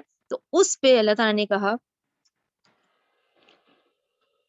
کہ ان الانسان لربہ لکنود، یقیناً انسان اپنے رب کا بہت ہی ناشکر ہے، ٹھیک ہے نا. یہ اشرف المخلوقات ہے، یہ اپنے مالک کا اس طرح شکر ادا نہیں کرتا، ٹھیک ہے نا. یہ اشرف المخلوقات ہے، باشعور ہے، صاحب عقل ہے، لیکن یہ اس طرح اپنے خالق کا شکر ادا نہیں کرتا. وَإِنَّهُ عَلَى ذَلِكَ لَشَهِيدٌ، اور وہ خود اس پر گواہ ہے. یعنی اپنے اس طرز عمل پہ انسان خود گواہ ہے، ٹھیک ہے نا. یہ وہ اپنے کردار سے خوب واقف ہے، وہ جانتا ہے کہ وہ اپنے رب کی ناشکری کر رہا ہے. وَإِنَّهُ لِحُبِّ الْخَيْرِ لَشَدِيدٌ، کیوں ناشکری کرتا ہے؟ وہ مال اور دولت کی محبت میں بہت شدید ہے، حرام حلال کی تمیز بھول جاتا ہے، حرام کھاتا ہے اور اپنے ضمیر کی جو ملامت ہوتی ہے اس کی پرواہ بھی نہیں کرتا. وہ اپنے مال کی محبت میں بہت شدید ہے. افلا یعلم اذا بعثر ما فی القبور، تو کیا وہ اس وقت کو نہیں جانتا جب وہ نکالا جائے گا وہ جو کچھ قبروں میں ہے. وحصل ما فی الصدور، اور ظاہر کر دیا جائے گا جو کچھ سینوں میں ہے. ان ربہم بہم یومئذ لخبیر، یقیناً ان کا رب اس دن ان سے پوری طرح باخبر ہوگا. وہی جو دیکھیں پوری مسلسل صورتوں میں ہم پڑھ رہے ہیں نا کہ ایک ایک چیز کا گن گن کے حساب ہوگا. تو اس سے آپ لوگ دعا کریں اللہم حاسبنی حسابا یسیرا، آمین. چلیں اب اپنی انشاءاللہ سورہ قاریہ شروع کریں. بسم اللہ الرحمن الرحیم، شروع اللہ کے نام سے جو بہت مہربان اور نہایت رحم کرنے والا ہے.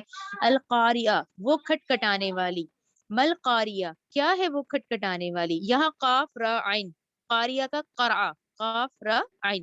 قرع ہوتا ہے ایک چیز کو دوسری چیز پہ دے مارنا، جیسے دروازے کو زور سے کھٹکھٹانا.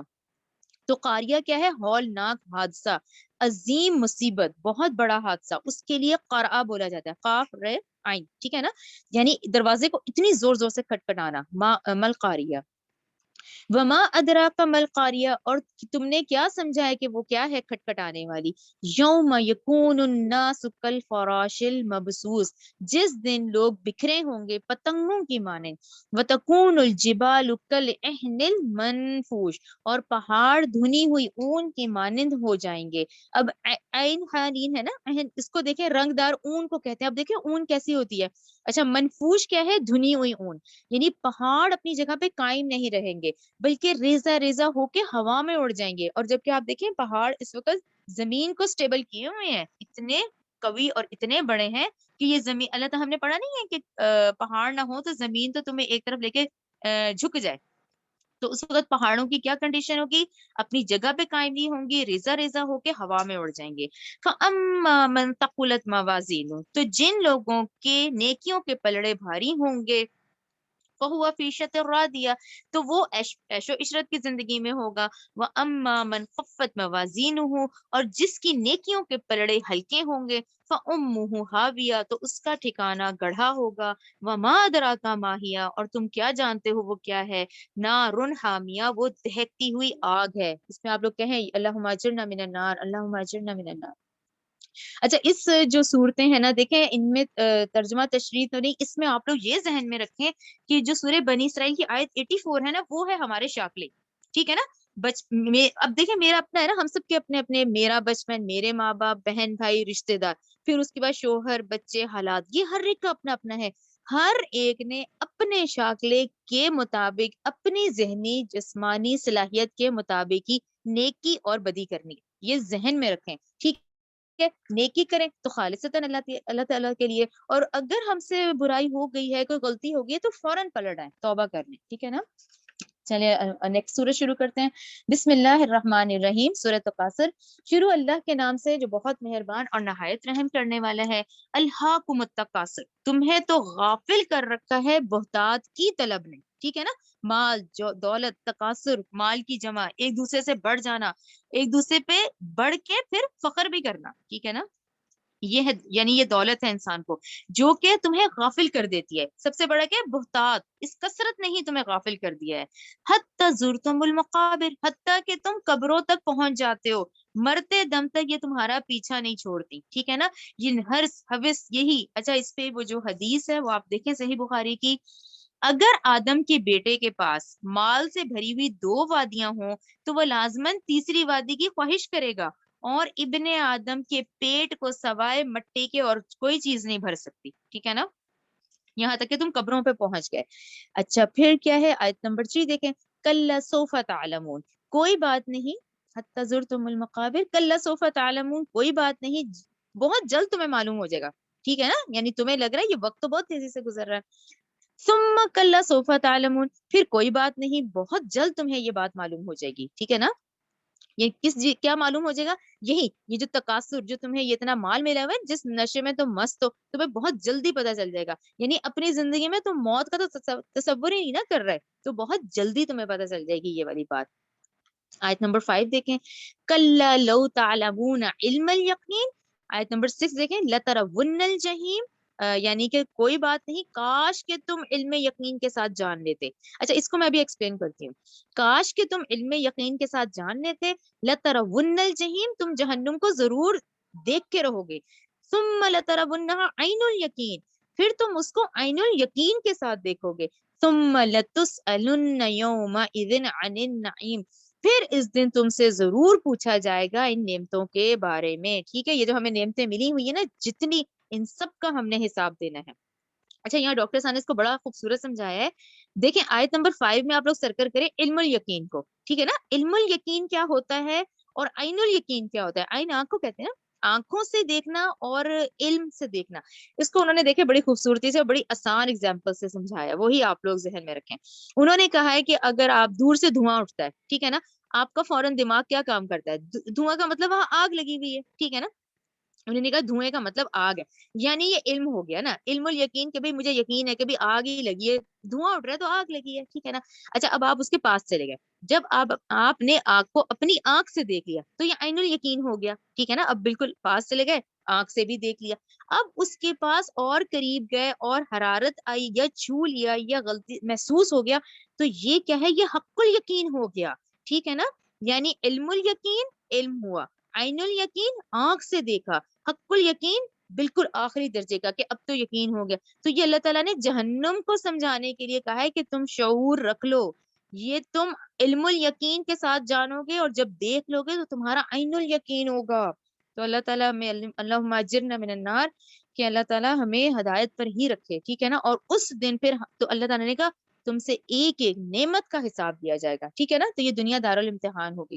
اچھا, اس تکاثر پر جو حدیث ہے وہ اس میں ہم اینڈ کرتے ہیں. ترمذی کی حدیث ہے 2339. حدیث ہے کہ جب آدمی بوڑھا ہو جاتا ہے تو دو چیزیں اس میں جوان ہو جاتی ہیں, ایک تو مال کا حرص اور دوسری اس کی عمر کے حرص, کہ وہ چاہتا ہے کہ اس کی عمر بھی بڑھ جائے اور اس کا مال بھی بڑھ جائے. ٹھیک ہے نا, ترمذی 2339. چلیں اب اگلی جو ہماری صورت ہے سورہ عصر ہے, ہم یہاں سورہ عصر تک ہی پڑھیں گے انشاءاللہ. یہ لاسٹ اب یہ ذرا غور سے دیکھیں. سورہ عصر تو بہت ہی خوبصورت صورت ہے, جیسے تو ساری ہی ہیں, لیکن جیسے سورہ عصر کے لحاظ سے آپ لوگوں کو اتنی اسلامک اسکالرس کے بھی لیکچرز ملتے ہیں نا, کہ سورہ عصر کا سب سے بڑا جو امام شافعی رحمۃ اللہ علیہ ہیں, ان کے دو اقوال ہیں جو بہت مشہور ہیں. امام شافعی رحمۃ اللہ علیہ فرماتے ہیں کہ اگر قرآن مجید میں سوائے اس ایک سورت کے کچھ اور نازل نہ ہوتا تو لوگوں کی ہدایت اور رہنمائی کے لیے یہ کافی ہے. نمبر 2 ان کا قول ہے کہ اگر لوگ تنہا اسی ایک سورت پہ غور کریں تو وہ ان کے لیے کافی ہو جائے گی. ٹھیک ہے, چلے بسم اللہ الرحمن الرحیم. والعصر, قسم ہے زمانے کی. اب دیکھیں قسم ہے زمانے کی, اب زمانہ کیا ہے, اب آپ لوگ پیچھے سے دیکھیں کتنے, آپ دیکھیں اگر قرآن ابھی ذہن میں لائیں, ہم نے یہودیوں کا پڑھا, ایک زمانہ ہے نا, یعنی آج سے 4000 سال پہلے. ہم نے قوم نوح کا پڑھا, زمانہ ہے. ہم نے حضرت نوح کو, پھر قوم عاد, قوم سمود, کس نے بتایا, یہ دیکھیں اللہ سبحانہ و تعالیٰ نے سمجھانے اور عبرت اور نصیحت کے لیے نا, وہ زمانے ہیں سارے, وہ پورے زمانے ہیں. یہ قسم ہے زمانے کی, یعنی یہ پوری نسل انسانی کی تاریخ گواہ ہے, نسل انسانی کی تاریخ. اور ہم نے جب قرآن ہم کمپلیٹ کرنے پہ آتے ہیں, دیکھیں نوح علیہ السلام, سمود, عاد, لوط, شعیب علیہ السلام, آل فرعون, نمرود, یعنی اتنا ڈیٹیل ہم نے ان کے بارے میں پڑھا. وہ زمانے ہی تھے, یہ نسل انسانی کے زمانے ہیں. ٹھیک ہے نا, اس کو زمانہ کہتے ہیں. والعصر, زمانے کی قسم ہے. آیت نمبر 2, ان الانسان لفی خسر. دیکھیں یقیناً انسان خسارے میں ہی ہے. کتنا, یعنی اب ہم دیکھتے ہیں نا حضرت نوح کا, دیکھیں اچھا کیا ہم نے ہر جو آیات تھی اس کا اینڈ کیا تھا, کہ کم ہی تھے جو ایمان لانے والے آئے, باقی سب ختم کر دیے گئے. لوط علیہ السلام, کم ہی ہیں جو ایمان لائے, یعنی وہ کم ہی ہوتے ہیں. یعنی زمانے کی قسم, پوری انسانی تاریخ گواہ ہے اس بات پر کہ زیادہ تر نے نقصان ہی اٹھایا. یعنی 1,24,000 انبیاء آئے, آسمانی کتابیں آئیں, لیکن زیادہ تر کون سے تھے, وہ خسارے میں ہی رہے. ان الانسان لفی خسر, یقیناً انسان خسارے میں, یعنی زیادہ تر وہی ہیں جن کے بچنے کی امید نہیں ہے, زیادہ تر نے خسارہ ہی اٹھایا. ٹھیک ہے نا, لیکن بات کیا آتی, الا الذین آمنوا.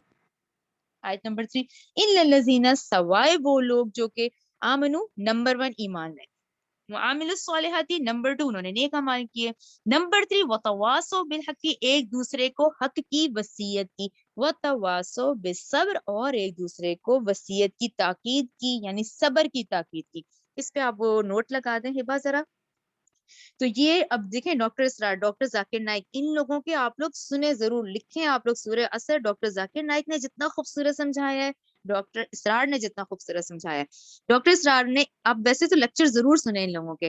والعصر کا لفظ انسان کو جھنجھوڑ کر غفلت سے بیدار کرتا ہے. غافل انسان, تیرا اصل سرمایہ تو وقت ہے, یہ وقت جو گزر رہا ہے, جو تیزی سے گزرا جا رہا ہے. تیری اصل پونجی تو وہ مہلت عمر ہے جو تیزی سے ختم ہو رہی ہے. یعنی یہ وقت اس وقت سب سے بڑی دولت ہے کہ اس کا سیکنڈ آپ اویل کر لیں. یعنی اگلی صبح جو ملتی ہے وہ اسی لیے ملتی ہے. ٹھیک ہے نا. اچھا اگلے نوٹ پہ آ جائیں, تو اس میں ڈاکٹر ذاکر اور انہوں نے یہ کہا ہے کہ ہم, ایک تو انسان اشرف المخلوقات ہے, ٹھیک ہے نا, ہم نے اتنی ڈیٹیل سے بڑا انسان اشرف المخلوقات ہے, لیکن ہم مسلمانوں پہ تو بہت بڑی ذمہ داری ہے. ٹھیک ہے نا, ہم مسلمانوں کے لیے جنت میں جانے کی یہ شرائط ہیں. ٹھیک ہے نا, دنیا دارالامتحان ہو گئی. اب جنت میں ہم میں سے ہر ایک نے, مسلمان نے, ان 4 امتحانوں کو پاس کرنا ہے. یہ 4 پیپر ہیں, یہ 4 پیپر سب نے پاس کرنے. ٹھیک ہے نا. اچھا یہ حدیث بھی دیکھیں، حدیث ہے کہ ابن آدم مجھے ایذا دیتا ہے جب زمانے کو گالی دیتا ہے، حالانکہ میں ہی زمانہ ہوں جس کے رات اور دن کی گردشیں میرے حکم سے ہوتی ہیں۔ تو اس کو ضرور ذہن میں رکھا کریں کہ بے خیالی میں بھی اب لفظ یہ منہ سے نہ نکلے، یعنی جو کچھ ہو رہا ہے یہ اللہ کے حکم سے ہو رہا ہے۔ تو ہمارے لیے یہی امتحانات ہیں کہ اس وقت ہو کیا رہا ہے تو اس کو قرآن سے دیکھیں کہ اب مجھے اس کا حل کیسے نکالنا ہے، ٹھیک ہے نا، نہ کہ زمانے کو برا کہیں، اس کو کہیں اس کو کہیں، یہ سوچیں کہ اب کرنا کیا ہے، ٹھیک ہے نا۔ یہ تو زمانہ ہو گیا، پھر زیادہ تر جنہوں نے نقصان ہی اٹھایا۔ لیکن اب یہ شرائط دیکھیں، نمبر 1 ایمان سے بات ہوئی ہے کہ سب سے جو بنیادی شرط ہے ایمان، ایمان باللہ، ایمان برسالت، ایمان بالآخرت، یہ ایمانیات کہ تم نیک عمل تمہارے ایکسیپٹیبل نہیں ہے، پہلے ایمان رکھو، پہلی شرط ایمان۔ اچھا دوسری شرط پھر کیا ہے؟ ایمان تو تم لے آئے، تم نے اللہ کو مان لیا، جی تم کہہ رہے ہو تم محمد صلی اللہ علیہ وسلم کے امتی ہو، اب اس کی پریکٹیکل فارم کہاں ہے؟ تمہارے پریکٹیکل تمہاری زندگی میں سے کتنا دکھ رہا ہے؟ اب دوسری شرط کیا ہے؟ ایمان کے عملی تقاضوں کو پورا کرو، جو تم نے پڑھا ہے اس پہ عمل کر کے دکھاؤ، اس پہ ثابت قدم رہو، ٹھیک ہے نا، اور ہر وقت اللہ سے ڈرتے رہو اور اپنا محاسبہ کرتے رہو اور دیکھو کہ میں نے اللہ کا فرما بردار بننا ہے، ٹھیک ہے۔ تیسری شرط دیکھیں، تیسری ہے وتواصوا بالحق، ٹھیک ہے نا، تیسری شرط وتواصوا بالحق کی، یعنی انسان نے ایکسپٹ کیا، ایمان لے آیا، اب اس نے پریکٹیکلی بھی شروع کر دیا۔ اچھا پریکٹیکلی اب وہ شروع کر رہا ہے تو وہ سمجھے کہ ہاں بھائی میں نے تو کر لیا نا، نہیں، بلکہ اب اس پہ کیا ضروری ہے؟ وہ حق کی تبلیغ اور اشاعت عام کرے، جو کچھ اس نے سیکھا ہے اب وہ اس کو آگے پہنچائے۔ تیسری شرط وتواصوا بالحق، اس حق کو، اس تبلیغ کو وہ اب آگے، یعنی امر معروف و نہیں عن المنکر کا علم بردار بن جائے۔ چوتھی شرط کیا ہے پھر؟ ٹھیک ہے نا، یہ ضروری کاموں میں سے ہیں، یہ پرچے ہیں ہمارے۔ چوتھا کیا ہے؟ آخری شرط وتواصوا بالصبر۔ اچھا اب وہی والی بات، جب آپ یہ بات شروع کریں گے اور جب کسی کو کہیں گے تو شیطانی قوتیں تو مخالفت تو بہت ہوتی ہے، ٹھیک ہے نا، یہ تو پھر مشکل جو مراحل ہیں اور ان میں سے پھر گزرنا ہے، ٹھیک ہے نا، یہ کوئی آسانی سے ہوگا نہیں، تو اس پر پھر صبر کرنا ہے، جتنے حالات آتے جائیں گے گو کہ یہ مشکل کام ہے، پھر اس میں صبر کرنا ہے، استقامت رکھنی ہے اور اپنے آپ کو مضبوطی سے قدم جمائے رکھنے ہیں، کوشش کرنے ہیں، اور اس میں پھر سب سے زیادہ یہی ہے کہ اللہ کی پیروی کرنے والوں کو ڈھونڈیں، جو اللہ کی پیروی کرنے والے ہیں ان سے جڑیں، ٹھیک ہے نا۔ تو یہ ہو گئے 4 یہ امتحانات ہیں اور یہ ضروری ہیں، ایمان، پھر اعمال صالحات، پھر لوگوں کو حق بات پہنچانا اور پھر لوگوں کو صبر کی تلقین کرنا۔ چلیں اور اللہ تعالیٰ سے دعا کریں کہ اللہ تعالیٰ انشاءاللہ ہمیں ان چاروں پرچوں میں کامیاب کریں، آمین۔ چلیں یہاں حمزلہ ہم لوگوں کا کمپلیٹ ہوتا ہے۔ ربنا تقبل منا انک انت السمیع العلیم وتب علینا انک انت التواب الرحیم، سبحانک اللہم وبحمدک اشہد ان لا الہ الا انت استغفرک واتوب الیک۔